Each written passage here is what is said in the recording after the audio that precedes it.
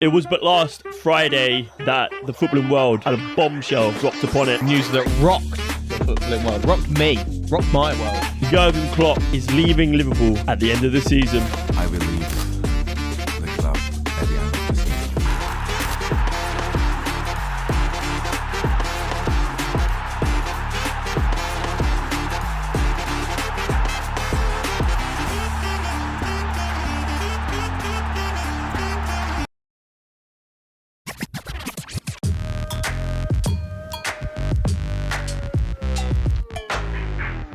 Ladies and gentlemen, we're here today, BoreDraw, episode number 82. It was but last Friday that the footballing world had a bombshell dropped upon it. News that rocked the footballing world, rocked me, rocked my world. Jürgen Klopp is leaving Liverpool at the end of the season. We're going to take a short second here to remember Jürgen. He's not dead, but he's dead to us. Jürgen, we're going to miss you. I won't. No, I'm joking. I probably will miss him. I was torn on the day that he got announced because obviously there's this kind of a looming fear for Manchester City fans that they're going to get booted out the Premier League. And let's all hope that that happens. Fuck them guys. Yeah, I mean... And that would leave Liverpool and Jürgen Klopp as... the ones to beat. Like, by a lot as well, because there's not many teams that can compete with Manchester City. But consistently. Jürgen Klopp's Liverpool side can do it, have been proven that they can do it. And if Manchester City get booted out of the league, that's Liverpool. I mean, running away with it. Jürgen Klopp leaving, with Man City in a very perilous situation, we could see a massive switch up in the structure, the status quo of the Premier League. We could see teams who probably don't even deserve to be on top, like this guy's team, God, what? dominating the Premier League, which We love to see it. you'd rather do by merit, but if it has to be by the fault of other teams, then so be it. But yeah, we're going to take a little time today, this episode, to discuss Jürgen's career, look at some of his achievements, look at some of the players he signed. We're going to give you his best 11 in our opinion of the team the players that he's managed. This is going to be a bit of a Jürgen Klopp dick riding sesh. Yeah. So Liverpool fans, get excited, mate. This one's for you. Yeah. Actually, our last couple of episodes have been about Liverpool because our last one was can they go all the way and win the title? And then bosh, Jürgen Klopp announces to leave, and that kind of thrown everything up in the air. Or has it? Let's talk for a quick moment about the announcement. It was kept under wraps, which I thought was fantastic. It's the way it should be. I was actually thinking on my way here, Fabrizio Romano and all them, man, have ruined transfer windows because not everyone knows what's going on before it even happens. There's no excitement. There's Peter Odemwingie rocking up in his car at a training ground on the last Do you day of transfer window. remember when Di Maria signed for United on like that deadline day or whatever? Or Ozil, all those exciting things, and you don't know who's going. There's rumours, but nothing's found. Now you just go on Twitter and Fabrizio's ruined it, mate. You've absolutely ruined it. But yeah, it was nicely kept under wraps. There wasn't any sort of leaks. Thought it was respectful to Jürgen. And I thought the way he went about it was good. The interview was a little bit weird. He had an undertone of that he was ill. But we don't want to make any claims, but he says, I know that I cannot do this job again and again and again. I read into it differently, though. I think that he's just saying, look, he needs for this to be a title challenging team every season. He needs to be 100%. And he's saying he can't give that 100% every season. And it must be tiring, man. He's got to be working in and out, day in and out, 24 hours a day. Yeah. Like, he seems like I was going to say he seems like the kind of manager to give it his all, but every manager does that. I don't want to single out other managers. But you know what I mean? Like, and so it must be exhausting. And like trying to be that like front running team and compete with the likes of a Man City, it's got to be exhausting. Like, you've got to be knackered. So for me, I don't really think it's too much. I think he's literally going to take a break, refresh, enjoy life a little bit, go back to doing the things that he was doing before, and then come back to management refreshed, excited, and ready for a new challenge. It's an interesting one. For me, I'm getting my detective hat on, I'm getting my tinfoil hat on, and I'm reading a lot more into this. I think I don't know. I think there is more to it. I think, like you said, the announcement video left more questions than answers. And I know during COVID he lost his mum, and I think that was quite a tough time, and he had to power through. Obviously, Liverpool won the league. And I don't know, they were saying that the players have known since November, and that's kind of spurred them on. So maybe he's kind of thinking, yeah, this is one last hurrah for Liverpool, and maybe they've known something that we're not privy to at the moment. But for me, he's been given a big transfer kitty in the summer. I think he spent an underestimated sort of transfer kitty. 150 million easy. I think he spent. Yeah, but that was on like 4 players. Still, you spent 100 million on Declan Rice, mate. Yeah, this isn't about Arsenal, mate. Move on. You spent 65 on Kai Havertz. Move on, mate. That kind of transfer kitty, FSG aren't stumping that up without knowledge that Jürgen Klopp's going to be here for 2-3 more seasons to bed in those players. They're not dropping that kind of money. You know FSG, they're stingy. And I think something has happened. I don't want to start rumours, but I think there's more to it. But I won't be coming up with conspiracy theories right now. This is a Jürgen Klopp testimonial, if you like. Yeah. Right, let's talk about Jürgen. He joins in 2015. That's a long time ago. That is a long time ago. Nearly 10 years, baby. He's got to be the longest serving manager in the Prem, I think. I'm just guessing, but that's a fact that I've now said is fact.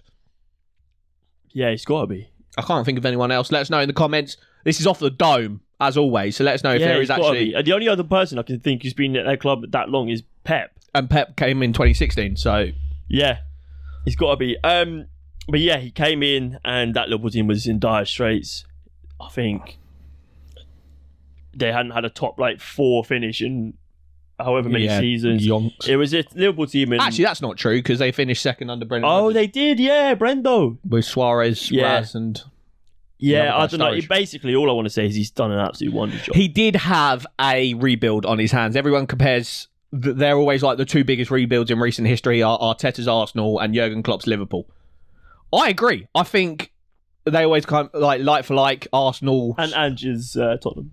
Yeah, but that's kind of gone from average to average, really, hasn't it? Yeah, they compare the team that Jurgen Klopp came in. I think they had Mamadou Sakho at centre back. They had Alberto Moreno at left back. Emre Can. I can't even think of who else there's about. But Jurgen Klopp, over his time, has not only obviously made big statement signings, your Van Dijks, your Alissons, but he's also done a lot of under the radar moves. You're talking bringing Trent in from the academy. You're talking Andy Robertson from Hull. These players have come together, and Jurgen Klopp has built a Liverpool team for the generations, mate. Yeah, I mean, he's achieved so much, and it took a while for it to get going.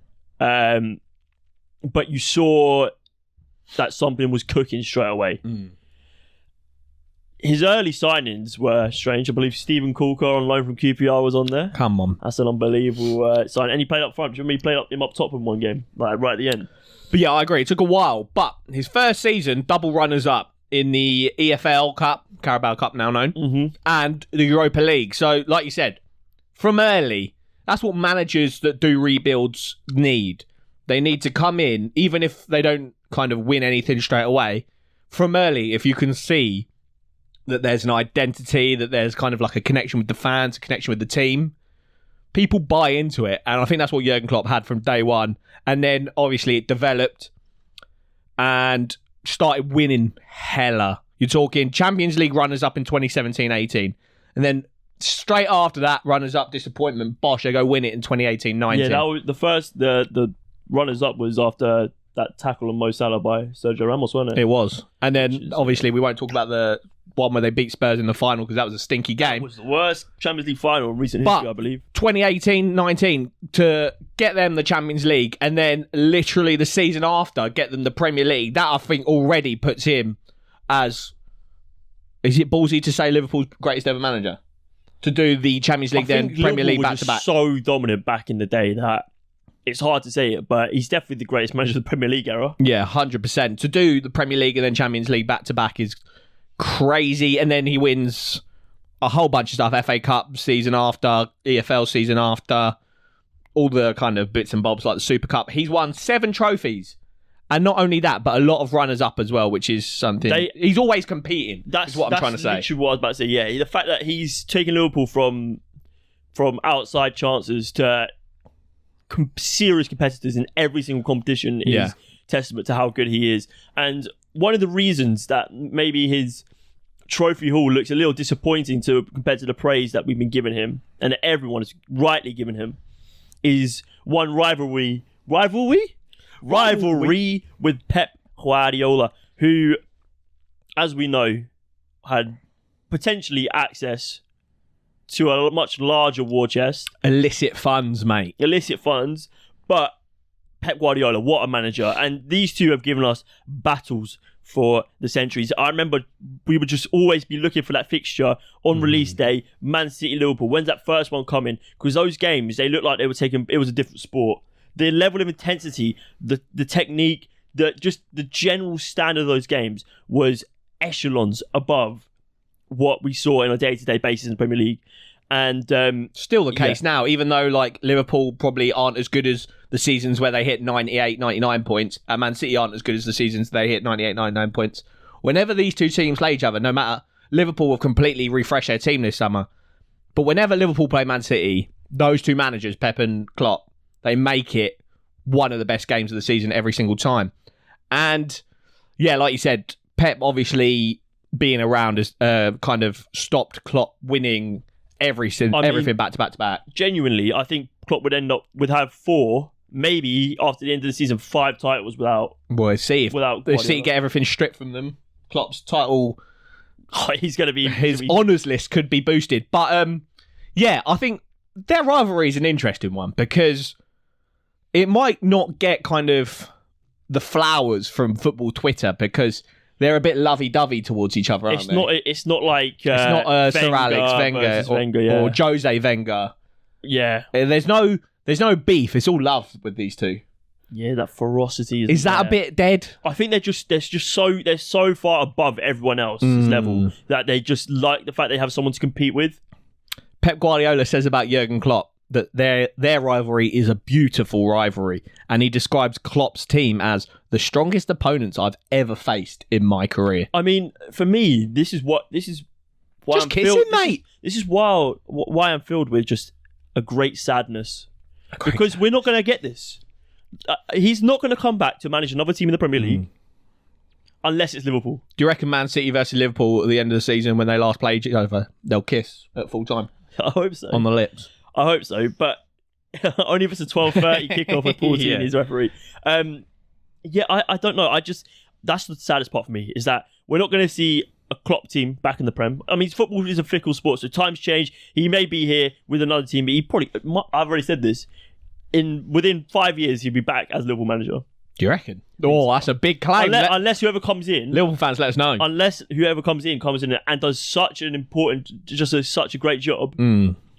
But I really do think that. I think there might be a few other clubs that you'd go to. Maybe one of the big La Liga boys. Maybe back to Germany. But I can't see him anywhere else. Yeah. I really can't. I agree. I think he's built such a machine here at Liverpool, and it would be crazy to kind of rule him out of coming back because he's the guy, isn't he? Talk to me about these three points here. So we were talking about Liverpool always competing under Jürgen Klopp. Obviously, a lot of runners-up and then a lot of titles won. We said Jürgen may have 4 Premier Leagues under his belt had it not been for Man City. Let's just go through and reminisce about how close those battles took us. 2018-19, the kind of first proper Liverpool versus Man City title charge. Man City edged them out by 1 point, 98 points to Liverpool's 97. And I believe that was the season that Liverpool went into the next season. I think they had like a stretch of like 27 home games undefeated or something like that. Crazy stuff. And then the 2019-2020 season, this is the COVID season, everybody says Liverpool's asterisk Premier League win. Who knows? 99 points So they've just dropped 97. Now they're dropping 99. That's point haulage. That's nuts. And then obviously the season after that, Liverpool had a bit of a dip. I think there was injuries that season. I think Fabinho was out most of the season. I think Alisson was out quite a lot that season. So they weren't in the title charge. That was Man City won the league. Man United finished second. But 2021 to 2022 season, Liverpool come back and again lose out to Man City by 1 point. Imagine, as a Liverpool fan, I don't like Liverpool fans, fuck them guys, but imagine in the last 5 years... 90 plus points 3 times. And losing by a point, I'd be livid. Yeah. And that's why I probably, if I was a Liverpool fan, watching my manager kind of dick ride Pep, I'd be like, bro, that scumbag has conned us out of a Premier League title by a point twice. I mean, that's a mazza. That's incredible. What did Arsenal finish on last season? 84, and that was an extraordinary season. Let's just not forget how incredible 97, 99, and 92 points. Let's talk about point haulage. That is insane. That is just the ability to compete like that over season is testament to Klopp. Yeah, it's unbelievable. Crazy. Unbelievable. So shout out Klopp. Is he a nearly man? No, for me, he's the second greatest manager in the world at the minute. Yeesh. And he has been for several seasons. The only one who gets close is Carlo. Yeah. Don Carlo. Yeah, that's a shout. And then maybe Zidane when he was active. Yeah, Zidane needs to come out of hiding, mate. But let's run through. A manager is nothing without the managers. I don't know. He's a manager of people. He's a manager of men. Yeah. And so these are some of the men that he's bought. Yeah, I've got a list of all his transfers here, but I've highlighted some key talking points. So, right at the start of his tenure, he spent 30 million on one Sadio Mane and also Joel Matip on a free transfer. Talk to me about those. Where did Matip come from? It was Hanover or was it Hamburg?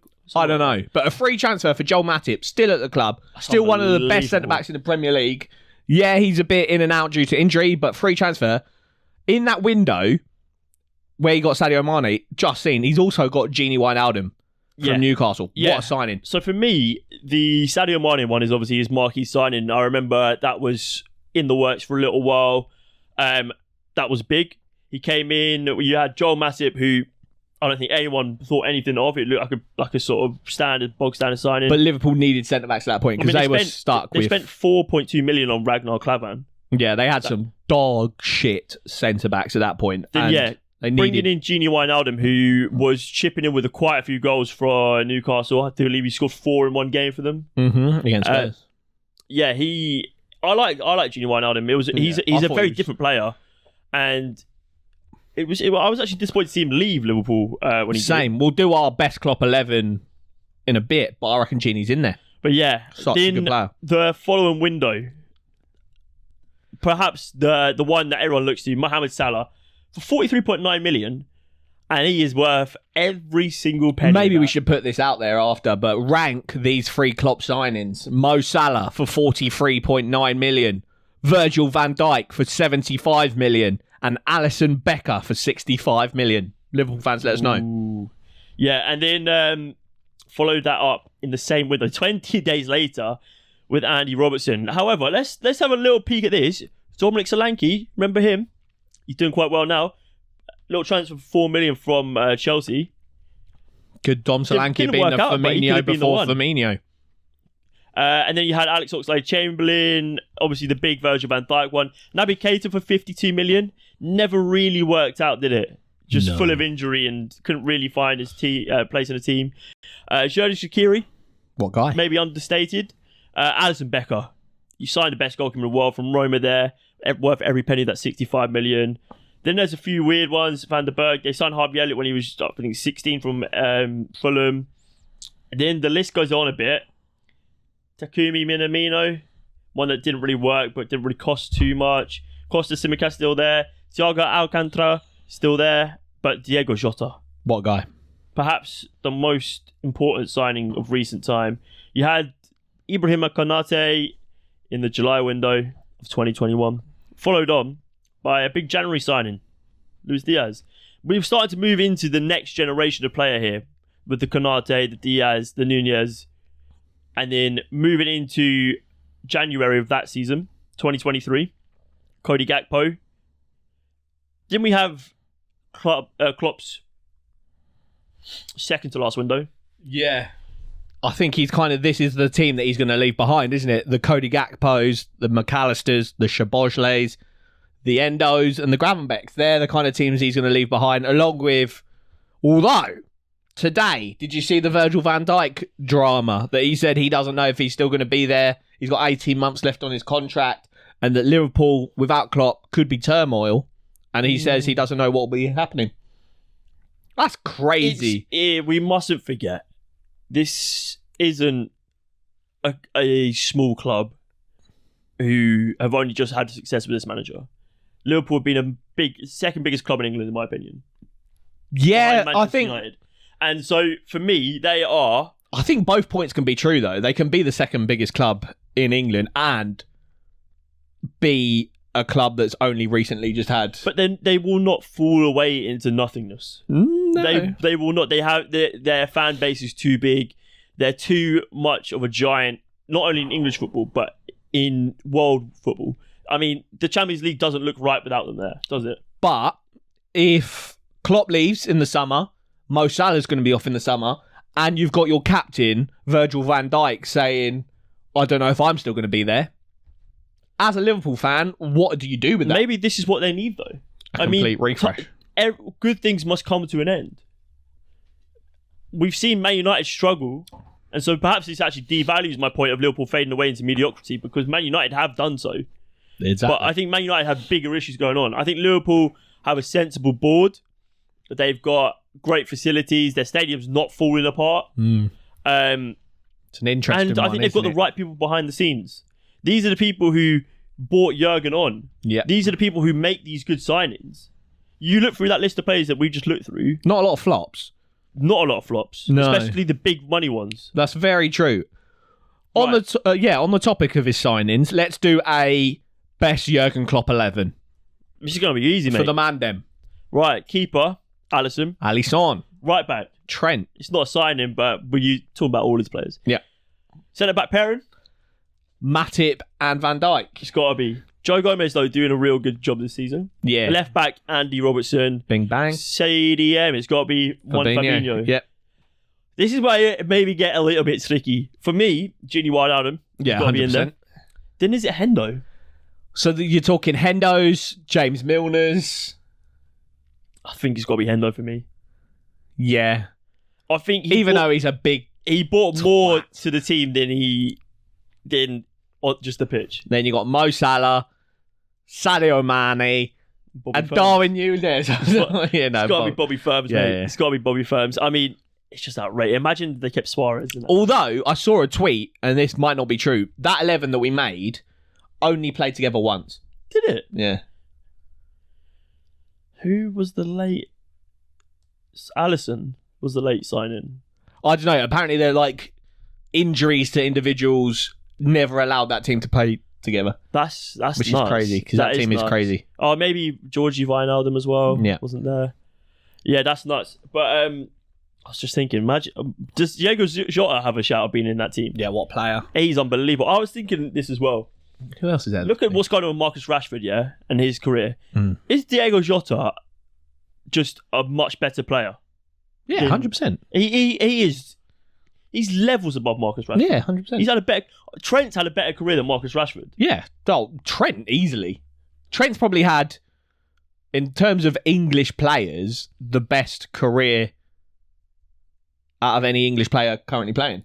I mean, Phil Foden's won the treble. Yeah, I was going to say him or Phil, but I feel like his is better because he's more pivotal to his team than Phil is. Yeah.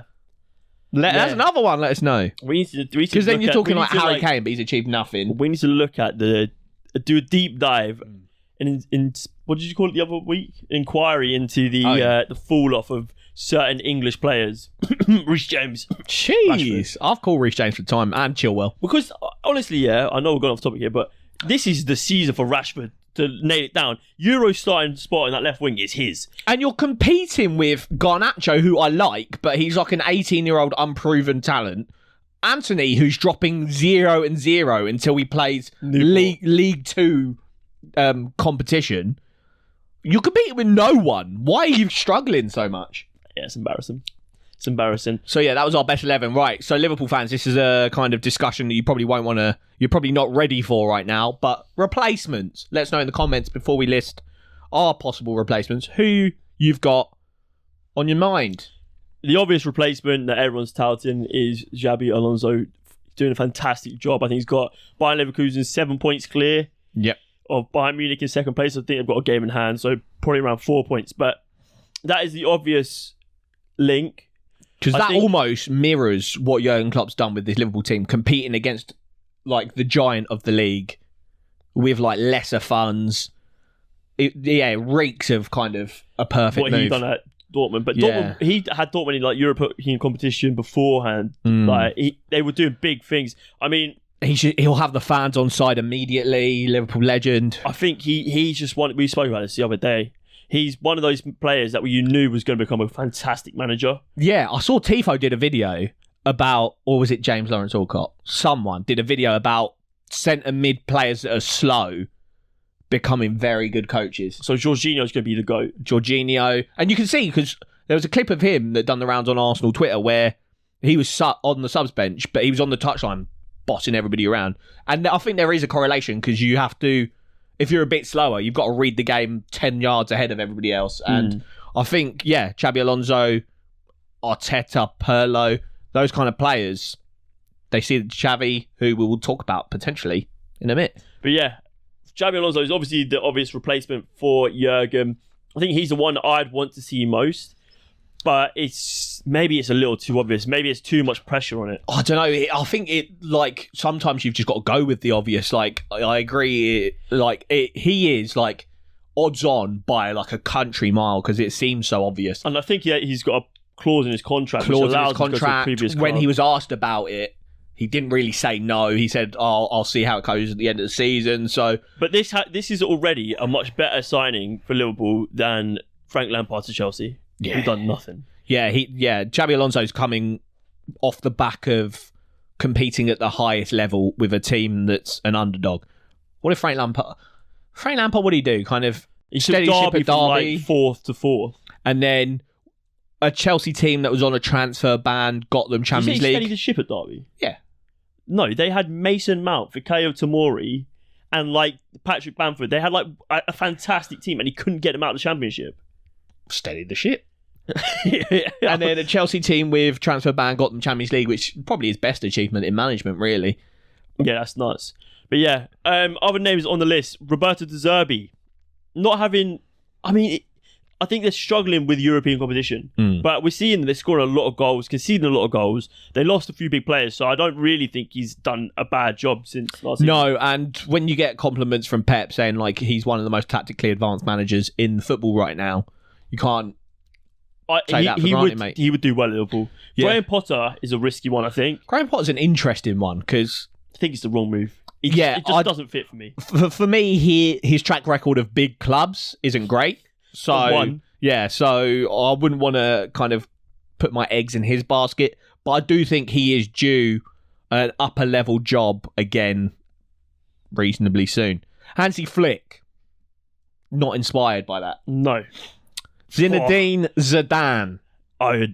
He's the only name I would take on that list over Xabi Alonso. Mate, Pep bald Don versus Zidane bald Don versus Ten Hag bald Don. Ten Hag is just Ten Hag's a fraud, mate. But Zinedine Zidane is an interesting one.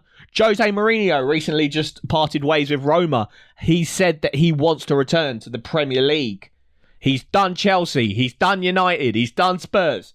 Should he do Liverpool? Was it Pitch Side? Is that what their name is? Who they were talking about? Theo Baker.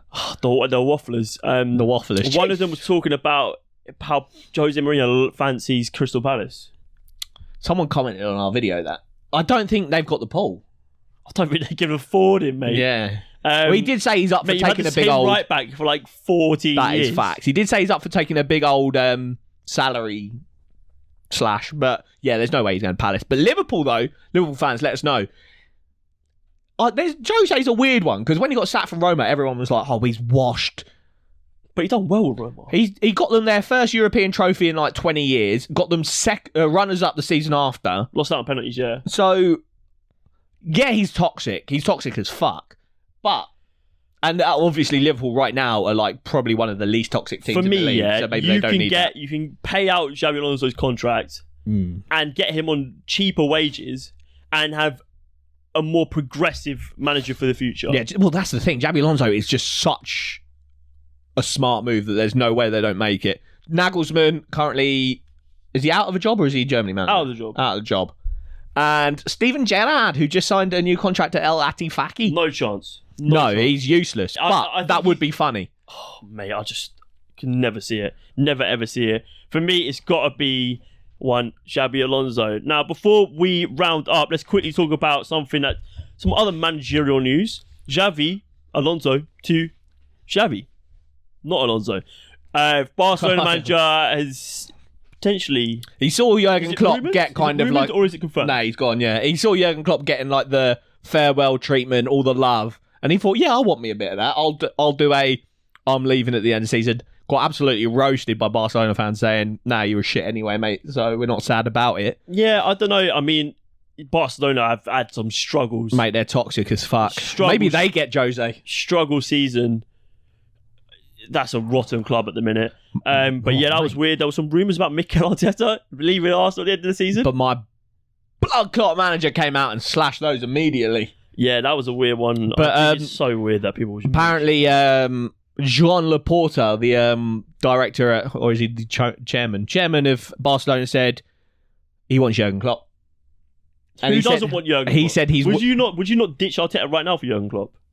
Ooh, yeah, no, I probably would. Yeah, of course you would. Yeah. He's the second best manager in the world. Yeah, but it's like, do you go back to square one for that? Whereas like Barcelona are at square one anyway. What if Don Carlo leaves Madrid and goes to Liverpool? But Barcelona, I reckon they should get De Zerbi. I reckon they take Mikel. For me, Barcelona are known for like being technically superior to every team they play attacking football that is just leagues above every team they play. I think that's what the fans are used to. That's the culture. And recent managers haven't been able to bring that. I think, if you're going off what Pep says, De Zerbi is one of the most tactically astute, best attacking style in world football at the moment. And if that's what Barcelona want to get back to, De Zerbi's your man. One other name. Spalletti. Yeah. He's taking a little hiatus from management. Done good things with Napoli last year. He's the Italy manager at the moment. Yeah, but club football, no? Yeah. Let us know. Liverpool fans, who do you want as your next manager? Is it Xabi Alonso? Is that too obvious? Let us know. And then Barcelona fans, what do you do now that Xavi's leaving? Who are you getting in? Let us know. Keep down your below. dirty hands off my manager. I don't know what you're...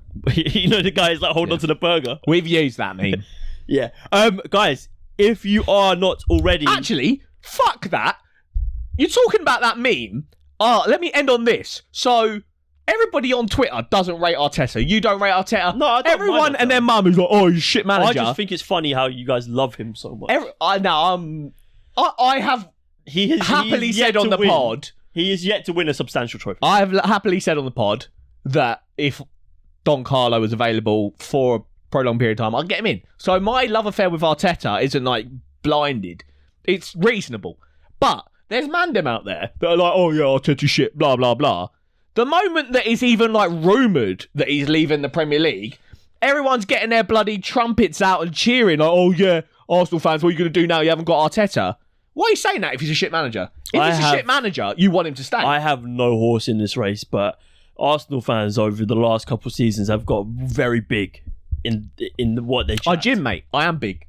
In what they chat. Nah. But yeah, it'd be funny. Guys, if you aren't already, get involved in our classic football shirt giveaway. We're giving away a £100 voucher for CFS. And we got a very special announcement after giveaway is finished. So yeah, keep an eye. Yeah, if you want to get involved, very, very simple. Follow our socials and comment on this video, comment on the last video, comment on any other videos. We're going to be going through our most recent comments, exporting the whole thing, and then picking one of our favourites to give £100 classic football shirt voucher to. So put it down below what you would spend a £100 classic football shirt voucher on, what shirt you get.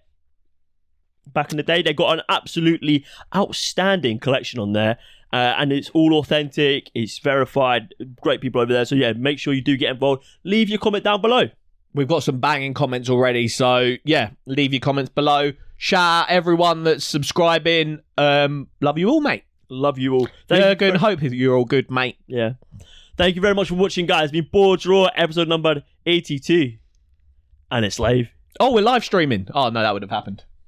I don't know. Check out our live stream. Nah, it wouldn't happen if we check out our live stream later today. Cheese!